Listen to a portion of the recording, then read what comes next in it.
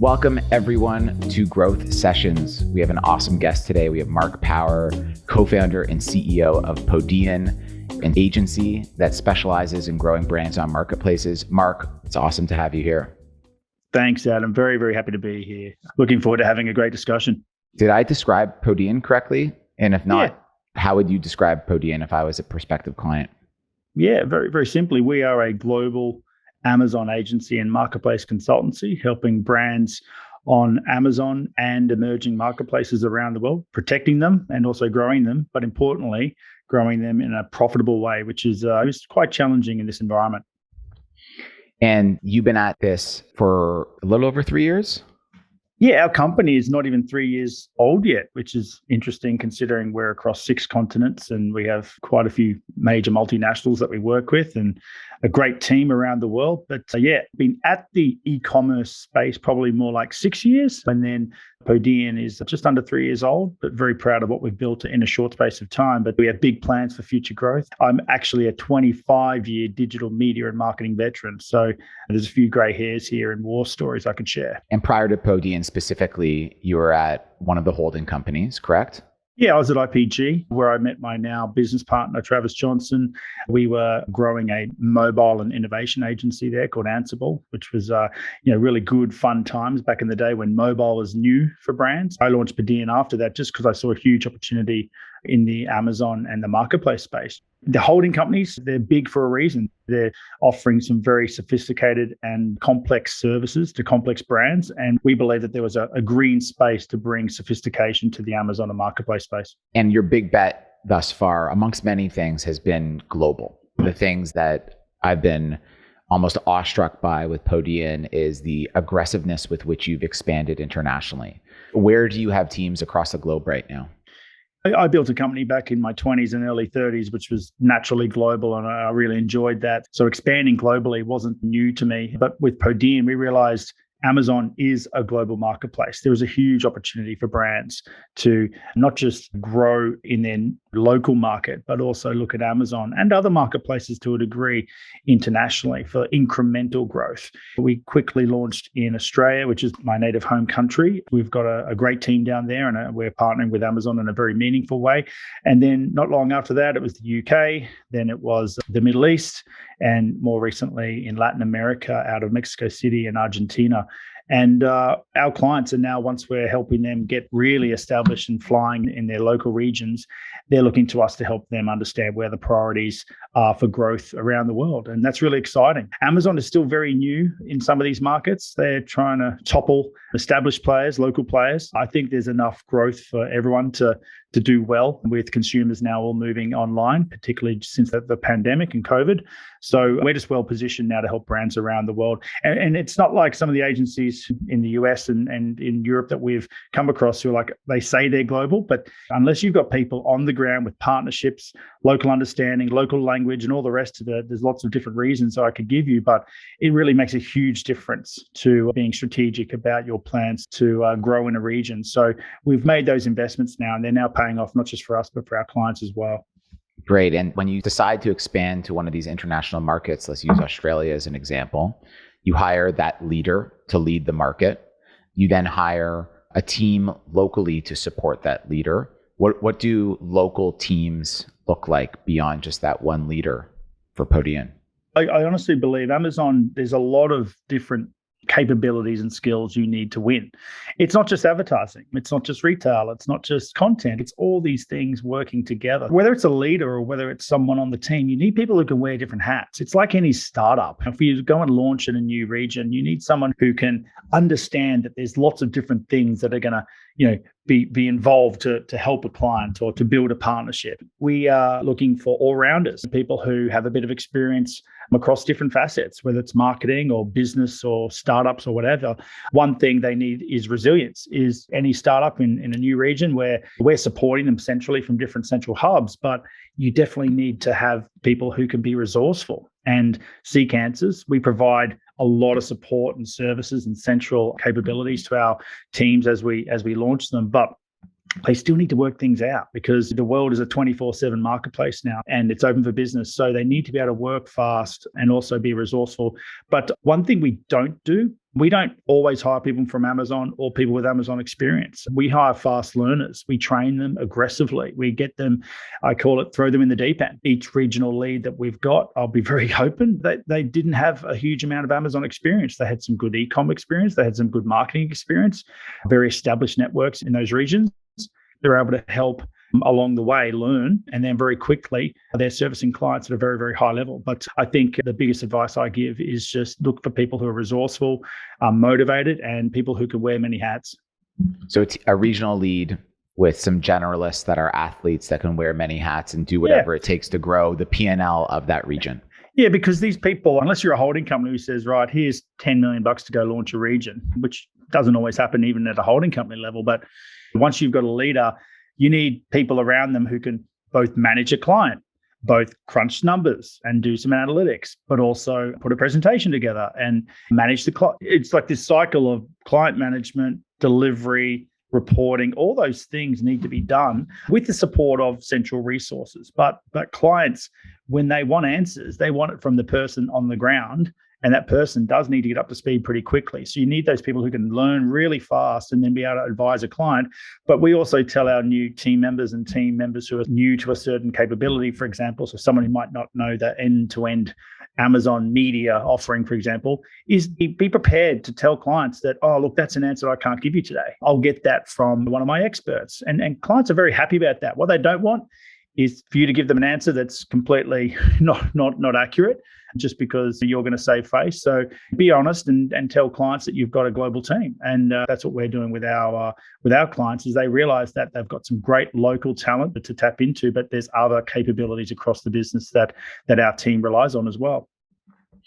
And what are those capabilities? Podean is a full service Amazon agency. You provide a variety of different services beyond just media, for sure. Obviously, some of those services require deep domain expertise. Which one of those are centralized and which one of those are localized? Central functions are things like Amazon retail operations. Amazon, to win, there's a lot of what we call SOPs, so standard operating procedures that just need to be done daily, weekly, monthly. And so a team that may not necessarily be client-facing, that's really getting into the account health side to make sure that everything from forecasting and replenishment and all the issues that spring up from Amazon or some of the other marketplaces, but I will emphasize that Amazon has become very, very complex. We believe that you need a very robust team who doesn't drop any balls, because if you drop a ball on the retail front, all the advertising in the world and all the beautiful content you create doesn't mean anything if you don't have products ready to sell. And so a pillar of our business is the retail operations side, whereas other agencies in the Amazon space say, oh, advertising's the core. We disagree. We think 50% of success is actually operational. And once you get all those operations working smoothly, and unfortunately, it's never clear blue sailing. There's always things that spring up. There's always issues. And there's lots of changes in guidelines. There's lots of rules that Amazon change on the fly. So once you have that in play, that's what we call a foundation. Then you have the content side, content creation. So everything from the copy and the bullets and the titles and then through to A+ content and designing the actual pages, and then the storefronts. And this is the marketing side of it and the design side of it, which is very important to brands these days and those who want to win on Amazon. And then once you have all that, you then can really scale using advertising and other merchandising and promotional tactics, etc. But all of this gets wrapped with a strategy, and most of that strategy is informed by number crunching. We've got an analytics team and an insights team that just do a lot of number crunching, and this is actually what the holding companies are pretty damn good at. When I was at IPG, our data sciences team were just epic in just being able to create incredible roadmaps and insights that help make big decisions of, where to place media or investments in certain tactics or strategies. And so we think the same should apply for Amazon. Everyone's a bit too obsessed, in my opinion, Adam, with ROAS and ACOS. We hear it over and over and over, but they're two metrics that are very important, obviously, for the advertising side. But when it comes to the bigger scheme of things, they're two metrics that just sit amongst many others that will help brands truly scale on the marketplace. So we think number crunching that informs your strategy, which then helps you with different workflows and different work streams and tactics and things that need to be done. And there's a lot that needs to be done. is what we do anyway. So all these things need to work together. And we actually think there's about 12 different capabilities that you need to truly win on Amazon. And that's very tough for any brand to get those capabilities in-house. And all the technology in the world, and there's some great platforms that we partner with, including yourselves. All the technology in the world is not gonna solve the problems. It's who's at the helm of that technology. So we partner with numerous different tech platforms as well that help us. I guess there's a few shortcomings on Amazon's consoles and the ability to access various data and insights. So working with these other platforms that plug into Amazon's APIs across different factors is also very important. But it's only your team who are going to help you leverage what they are. Yeah. And to touch on one last concept on global, as we've started to expand globally, we've started to notice that just very naturally in other markets that aren't the US, the UK, and Germany, the opportunities and the size of the pie aren't as significant. They're not as mature markets that are ever growing, but the current opportunity is a little bit smaller.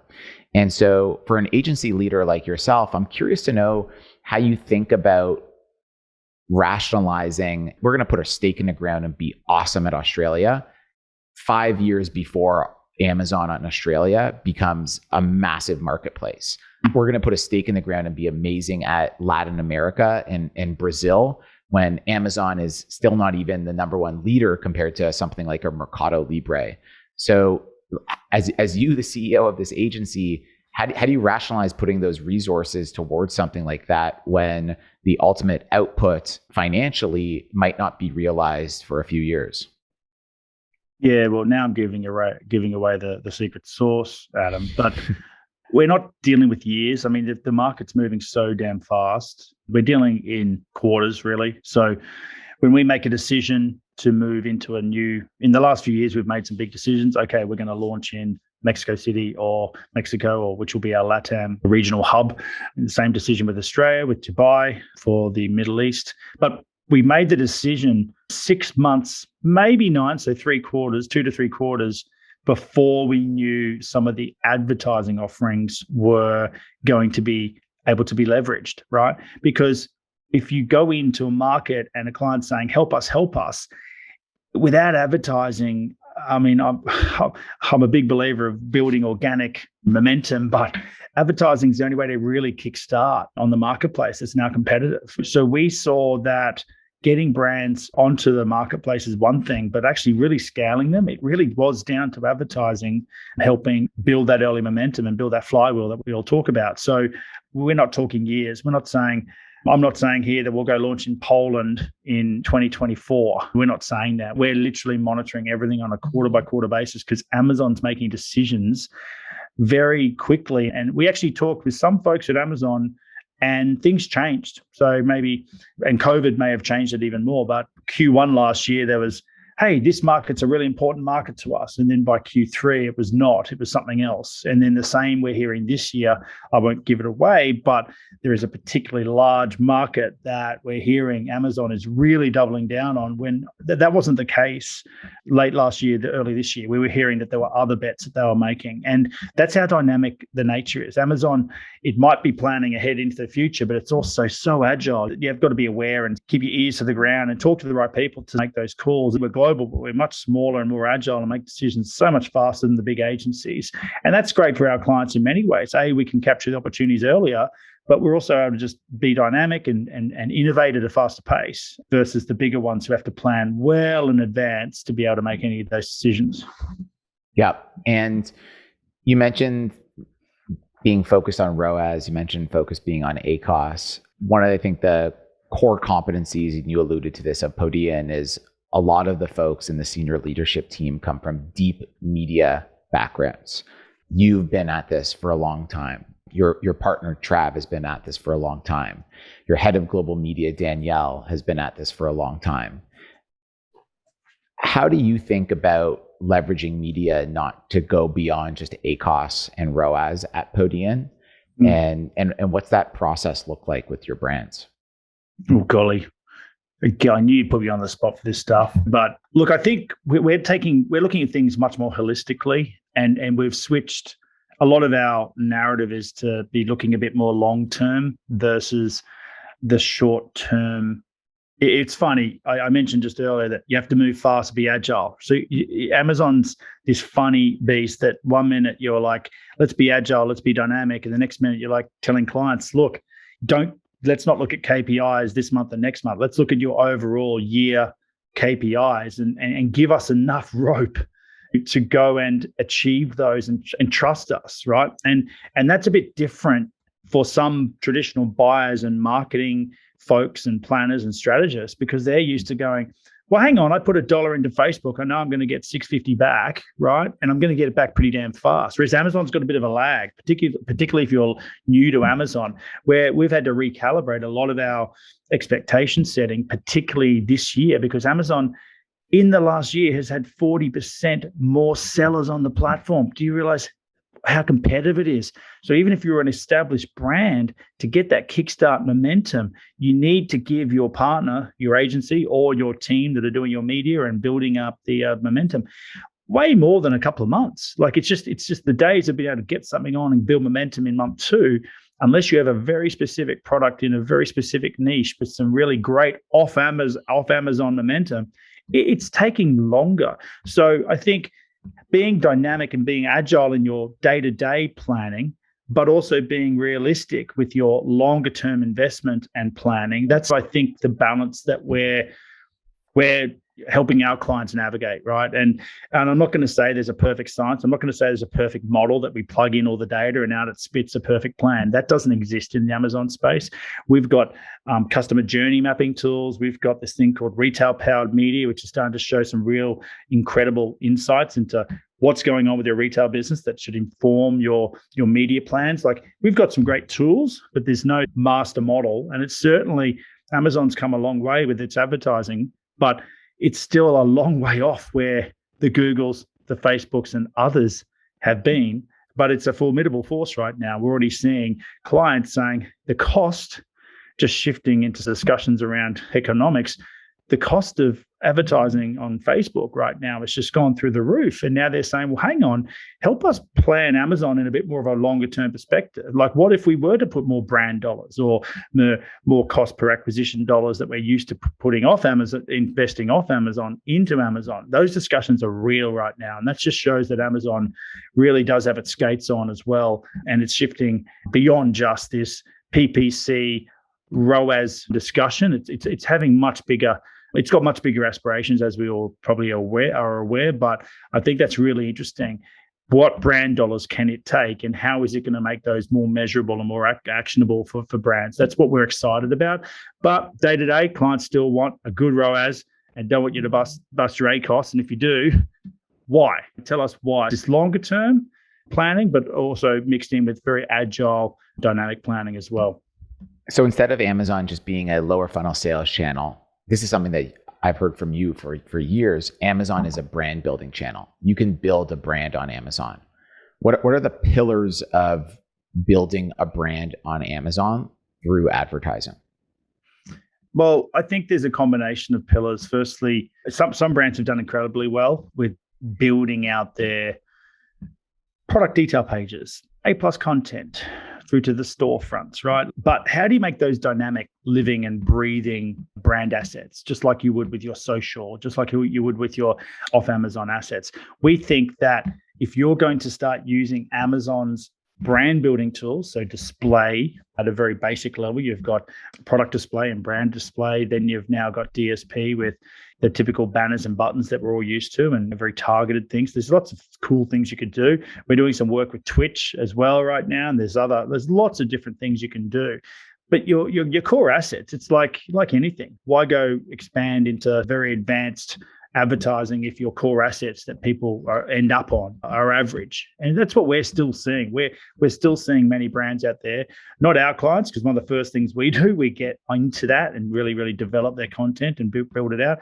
But both of those things need to work together. It's sort of marketing 101, but we're not seeing it at scale with many big brands as well. We've audited quite a few big brands. I won't name them here today, but they have got really average presence, really average, stores, yet they're spending a fortune in a very competitive environment. And so when it comes to actual conversion, their conversion could be a hell of a lot better just with some very modest investments compared to, let's say, a website build out, which could be tens of millions of dollars for these brands. So we think there's a big opportunity there for brands to scale their content, because that's also leading to where things are going. Amazon has competitors, one of them being Shopify. It's also got the other marketplaces hunting it down. Even though it's a formidable marketplace, it's now realizing that it needs to provide more tools for brands. So I think we've made a bet that the world of sellers actually isn't where we're placing our bets. The world of brands on Amazon is where we're placing our bets, because Amazon, you're already seeing it. It's building out more robust tools to protect your brand. It's building out more robust tools to build out your content. It's building out social tools. It's building out CRM tools. At the moment, some of these are very rudimentary. We've seen a release of some of these just the last few quarters, but they're the foundations of where things are going, because Amazon needs to be able to provide brands with protection and the opportunity to understand who your customers are. So we're seeing a bit of that. And I think advertising will continue to grow and will continue to be more robust and more measurable. And I think that's a real advantage that Amazon has, is you can really measure it. I actually think that Amazon advertising must work in unison, really, really close unison with content. And obviously retail, the other thing we recommend is making sure that your retail, whoever's running your retail operations, is also across advertising and the same. So retail powered media is where we think the future is as well. But content needs to be really, really dynamic and also continually invested in to make sure that you're able to convert at a high level. Content always matters. Content's king, and it always will be. Yeah, totally. And so one of the other aspects I think of Podean that I've seen is this notion of profitability. And I think one of the things that you've told me is people actually have a hard time understanding how to be profitable on Amazon. Some people don't even know if they are profitable on Amazon. Why is that such a question mark right now for so many brands? Well, if you're a brand that's selling to Amazon as a retailer, as a wholesale relationship, there's a lot of charges, there's a lot of fees, there's a lot of different moving parts when it comes to that relationship. And it can be quite complex and also frustrating. Amazon is just in the last few quarters, I think it's turning from growth, meaning top-end growth, to profit. And I saw Bill Gurney, I think years ago, the famous venture capitalist, he said, one day Amazon's just going to start turning the screws here and there and everywhere across its vast ecosystem, which I don't think Amazon likes being called an ecosystem. But as it starts to turn, there's just so much that Amazon can extract from a margin perspective. And we're seeing that right now. 1P terms that brands that we know are facing are just so aggressive. Drop your price, plus all the chargebacks, plus all this. It's very, very difficult to actually then get to the bottom of what am I making? What am I making from Amazon? We run a lot of modeling for our clients where we plug in all that data and then try and work out on an ASIN by ASIN basis what you should be making, right? And trying to then align that with what's going on.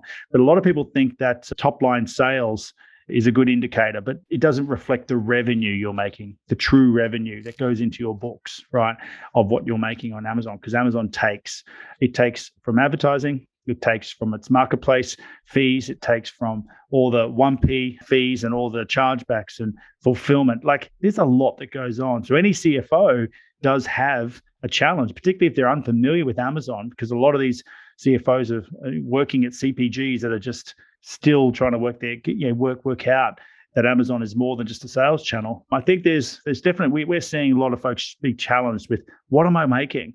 But there's also a bit of an expectation reset that needs to be done, because a lot of folks think that they can get on Amazon. I might have mentioned earlier, they can just get on Amazon and bang, you're going to start selling.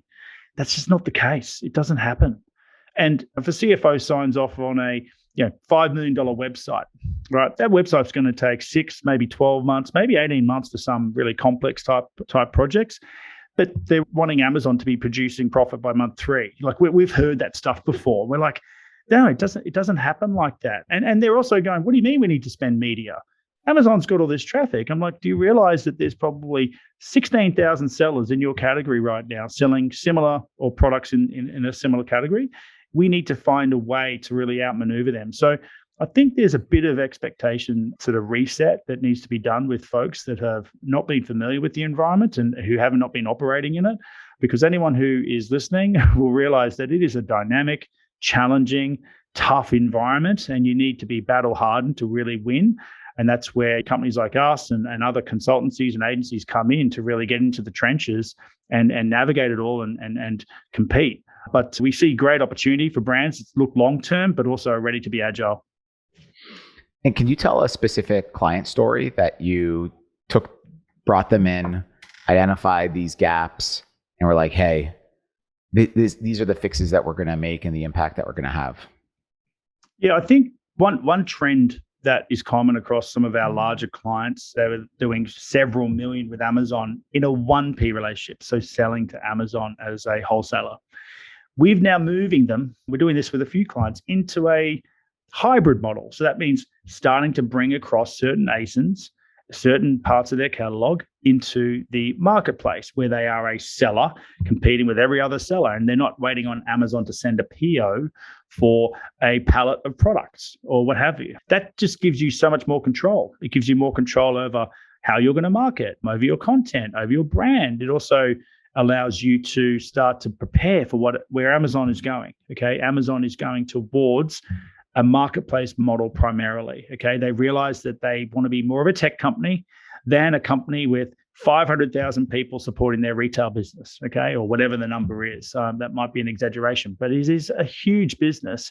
But the marketplace is higher margin. It's let everyone go battle it out versus us negotiating and dealing with stock and inventory and all the rest of it and ownership of that inventory. So we think that the hybrid model is more profitable. So we've worked with a lot of clients on actually ASIN by ASIN profitability analysis of if we were to shift this product into the marketplace, what would the profitability look like? And we're looking, in many cases, nearly all, it's at least a 50% increase in profit, right up to 150% increase in actual profit margin. So that's a big jump. And when you do that across a whole catalog, it's actually a very compelling story for a CEO, a CFO. It's not that compelling for an e-commerce marketplace manager at a brand because they're like, oh, that's a lot of work. I don't know if I want to do that. That's where you need a partner to help you crunch the numbers and then help you work out a plan. But you then need to work out what capabilities, what resources I need to be able to be successful on the marketplace. And that's another story. And that's where you need tech partners like yourselves. You might need an agency. We might need a number of consultants because you're not just filling purchase orders. You're doing the end-to-end process of managing your Amazon business as a seller. So there's a lot of that going on. And I think if clients have a long-term vision, they should all be striving to become their own seller and take more control. Then when they do that in the US or Canada or one of the local markets they're in, then they can do the same thing rolled out across the whole of the across the whole of the globe. And I imagine once you have that profitable foundation, then that's when you pump media dollars into this. That's when you add fuel to the fire. You're more confident that, okay, well, we now have visibility. We can now invest more into media knowing that we're going to have profitability at the level that we want versus the unknowns that we've had. And some of our clients have then, once they're getting into that shape, and that can take low end 6 months, high end 1 year to really get into a shape of, okay, we're now understanding the margins. And usually there's a lot of optimization, not just across content and media, but usually a lot of the optimization we do is operational, helping them work out how to do better at delivering product, forecasting product, and all the things, as I mentioned, that takes up 50% of, I guess, success of Amazon on Amazon or marketplaces is operational. If you can sort all that out, then you can scale. But our goal is to get clients into a point where they can innovate. Once we've helped them with these foundations, we're starting to scale, we're starting to build their brand, then let's go and innovate. And Amazon is a fantastic platform for innovation. It's got a lot of opportunity there, but you can't jump into those things, whether it's live marketing, which we're doing some really great live marketing programs with, across Amazon Live through to Twitch and live streaming and talent and all these sorts of things to promote and drive new engagement that ultimately drives sales. There's all that stuff you can do, but if you don't have the basics right, you just can't go anywhere near it. So But that's where we want to get our clients to as fast as possible. And that's exciting because then your teams are more engaged. They're excited to be part of something that's new, something that's shiny. But if your clients aren't growing and they're not happy and they're wondering what's next and profitability is coming through at a rate that's not acceptable, you can't really discuss investing in new areas to test and learn. And I think, though, in the next few years, Amazon's innovation pace at a retail and marketplace level is going to actually increase. And so you definitely need your basics and your foundations rock solid to be able to capture those opportunities. And you mentioned live streaming. Commerce is moving very quickly, and there's being this blend of media and commerce. And yourself and your agency have made some big bets in this space.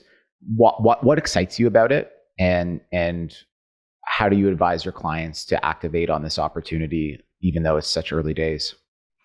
Yeah, I mean, I've always been trying to understand the pointy end of where consumers, are going, I guess, and where they are now is also something that many marketers don't realize, just where consumers are, let alone where we're going. But obviously, e-commerce and marketplaces aren't going anywhere. But what's the next phase of consumer engagement? And I think we've made a bet that live marketing, which is underpinned by live streaming, underpinned by the gaming principles and things like that. We believe that that's where e-commerce is going. We've got a pretty wild vision for where e-commerce and virtual malls and interactions of between brands and the consumers of the future, they're going to be underpinned by some very, very cool environments that are underpinned by some very big tech companies that may not be the traditional tech companies that we know. Some, Epic Games has got a virtual environment that my son is in several hours a day or a week anyway. And imagine if you built out these in a very brand-friendly way. And that's already happening. We're already seeing it. So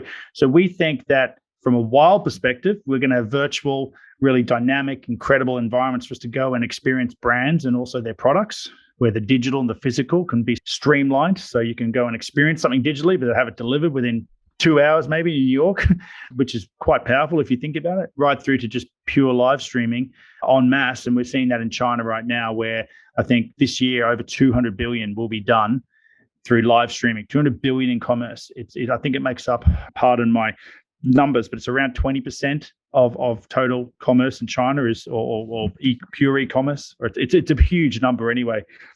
Is through live streaming. Someone on their mobile phone or in a professional environment saying, check these products out, and people are buying. But China is a fair way ahead when it comes to consumer technology and how they've adopted to different tools. So, but we think that there's a massive chasm to cross. So, but it's a much more different environment. It's like it's a production. You can't just go and say, hey, let's do a live stream and think it's going to work smoothly. There's a lot of work that goes into it. But once brands invest in those early test and learns, they'll be able to scale them quickly. Yeah. And creating these unique brand experiences is something that is both platform specific. So where will this occur on the platform, and what are the use cases for it? You mentioned Amazon Live. Amazon Live is very much in a test and learn phase.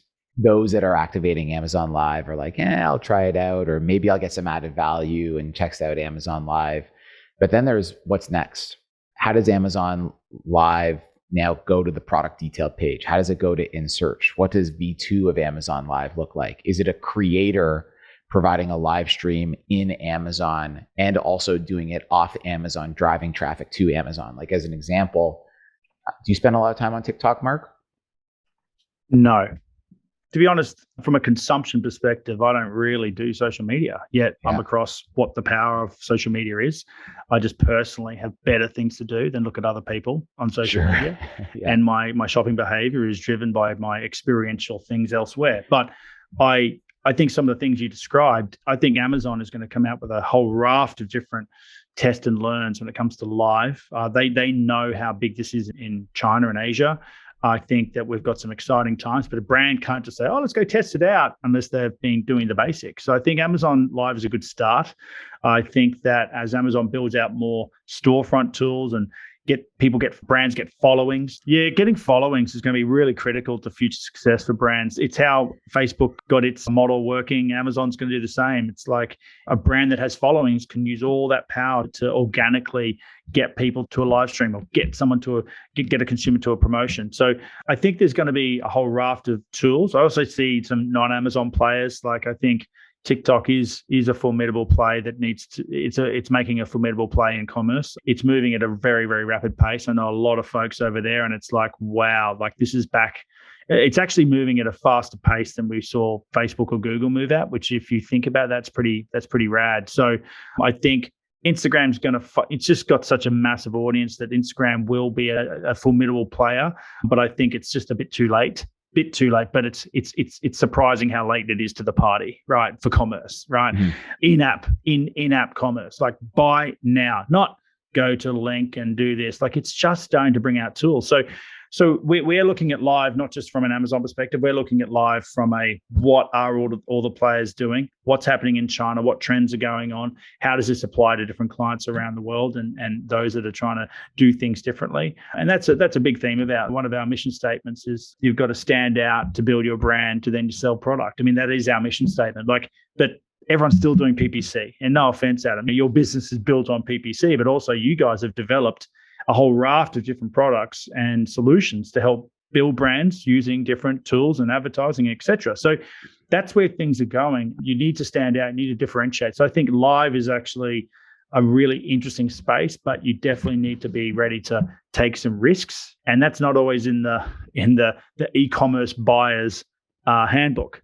Take risk. They're used to saying, I'm going to spend this much and get a ROAS of that. And at the moment, the live discussion, forget talking about ROAS. There is no ACOS discussion. But ROAS, you might talk about ROI and be realistic about what an ROI would be for a live stream. But the clients that we're working with, some are in cosmetics, some are in pet care that are really starting to scale in this space. They made investment, didn't worry about ROI to a degree. They worried about KPIs as to what are we going to learn? What does this mean for the future?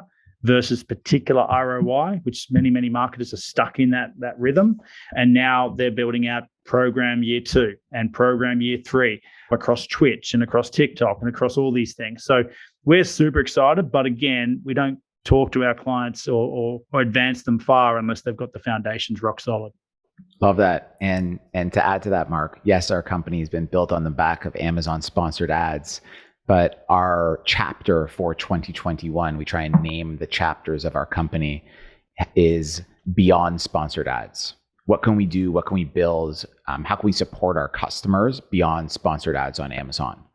And we've had a ton of initiatives this year. And the crazy thing is we thought we were really aggressive with those initiatives, but we're going to continue to be more aggressive and more opportunities as you start to unlayer, go back more layers of this onion. There's just so many more opportunities within this space, and it's ever evolving so quickly that there's this insatiable desire to support our customers in unique ways that they're asking for, and we love to do so.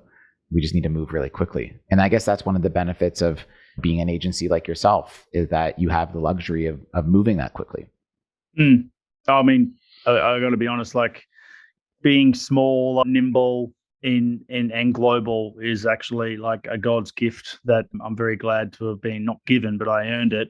I tell you right now, like if you're a big agency, you need to create a task force that has full remit to go and be agile, innovate fast, take some risk, because this dynamic environment is not what big agencies are used to, right? And many big agencies, and I worked at a couple, they're still like just coming out of traditional TV buying, and they've just established themselves really in the digital space. And now they're like, whoa, what's going on here? And it's not about a media plan anymore. A media plan is one component of success. So I think that the integrated approach, there's some great new holding companies coming out who can really scale for some brands, but the fact that they've got content, the fact that they've got analytics, the fact that they're digital native, and they're in a good place to win, but many of them just still don't have the nitty gritty and to help brands with the retail operations. And if you don't have a great team internally that understands the power of streamlined retail operations for the world of marketplaces in Amazon, you need a partner. Otherwise, you'll find it very difficult to scale on Amazon if you are a large brand. Mark, it's been a great discussion. One of the last things that we ask all of our guests is a prediction of what they can expect the next year. What's your one prediction for e-commerce advertising and retail media for the next year? My one prediction for e-commerce advertising, I thought this year could be it, but I think maybe COVID is just we're still in a bit of a grip of uncertainty. I truly think that next year might be the year that Amazon's connected TV offering becomes much more easier to understand the benefit. But I think whether it's Amazon or whether it's others, I think the connected TV space, I'm truly excited about shoppable TV ads. So in lounge, big TV, add to basket. Now, all the technology exists, but I think Amazon's going to be in a sensational place to be able to capture a brand, to put a big brand ad in your lounge room and then add to basket, buy now, whatever. We're just not seeing that at scale. I know that there's tests and learns going on, but I think that's an exciting space. I think I mentioned live. I think next year is going to be an interesting test and learn year again, but it's not going to scale to 2023, 24. But I think connected TV, shoppable ads is where if I was a marketer, I'd be putting some decent budget to experimenting in that space or setting it aside anyway. Yeah, that use case of seeing that TV ad and then saying, Alexa, add to cart is just such a no-brainer that needs to exist. I think so. I mean, we're all watching TV so much right now. But I watched a bit of the Olympics the other day. I was like, oh, golly, there's an ad, a traditional ad being like, I'm not watching ads like I used to, but I will watch a targeted ad that allows me to learn more about a product, that allows me to potentially purchase that product. I'll be fascinated when that starts to hit me at an addressable level, meaning, hey, Mark, we think you're into cycling. So here's a product that could be interesting for you. And by the way, you can check out more or buy it right now on my 60-inch screen at home. That's powerful. I would buy that. I would buy cycling accessories if I saw that ad. As long as they're electronic shifters. Gotta go fast, Mark. This has been awesome. Thanks so much for your time. Really, really appreciate it. And for listeners, remember to subscribe. Mark, thanks so much once again. This is Growth Sessions. Listen to more episodes on Apple Podcasts or Spotify.